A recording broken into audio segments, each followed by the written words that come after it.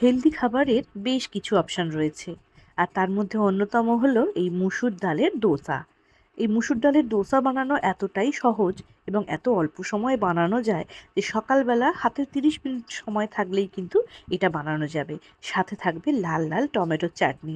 দুটো recipe share করব, সঙ্গে থাকুন। প্রথমে একটা বোলের মধ্যে নিয়েছি মুসুর ডাল 1 কাপ। জল দিয়ে ভালো করে ধুয়ে নেব। ধুয়ে নিয়ে আবারও কিছুটা জল দিয়ে 15 মিনিট ভিজিয়ে রাখবো। সেই ফাঁকে টমেটোর চাটনিটা বানিয়ে নিই, চলুন। ফ্রাই প্যানের মধ্যে সর্ষের তেল দিয়েছি, একটু ছোলার ডাল দিলাম, একটু বিউলির ডাল দেবো।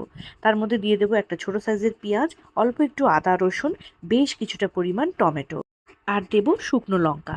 অল্প একটু নুন দিয়ে দিলাম পরিমাণ মতো। ভালো করে সব কিছু নাড়াচাড়া করব লো ফ্লেমে। ঢাকা দিয়ে রেখে দেবো। টমেটো তো সেদ্ধ হয়েই যাবে। উপরে টমেটোর যে খোসাটা সেটাও কিন্তু খুব সহজে উঠে আসবে। তো খোসাটাকে বাদ দিয়ে দেবো। অল্প একটু চিনি দিলাম, কালারটাও খুব ভালো আসবে, টেস্টের ব্যালেন্সটাও হয়ে যাবে। ঠান্ডা করে একটা মিক্সিং জারে তুলে নিলাম। এটাকে একটা স্মুথ পেস্ট বানিয়ে নেব। এবার ফোড়নের জন্য সর্ষের তেলের মধ্যে একটু সর্ষে, কারি পাতা আর একটু শুকনো লঙ্কা দিয়েছি।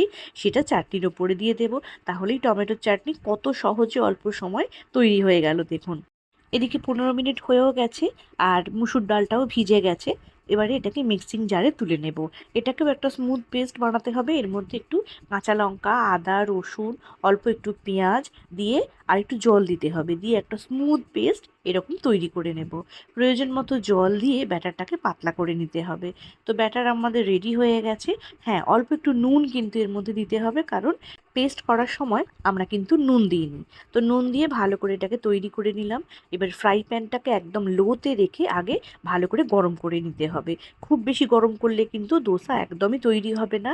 তো অল্প করে একদম ফ্লেমটাকে লোতে রেখে ফ্রাই প্যানে অল্প একটু সর্ষের তেল দিয়ে 1 হাতা পরিমাণ ব্যাটার দিয়ে একই ডিরেকশানে এটাকে ঘোরাবো। এখানে আপনারা পেঁয়াজ, গাজর, কাঁচা লঙ্কা, ধনেপাতা কুচি করে দিতে পারেন। আমি এখানে একটু পরি মশলা দিয়েছি। দেখুন কত সহজে তৈরি হয়ে গেল। কেমন লাগলো ভিডিওটা জানাবেন।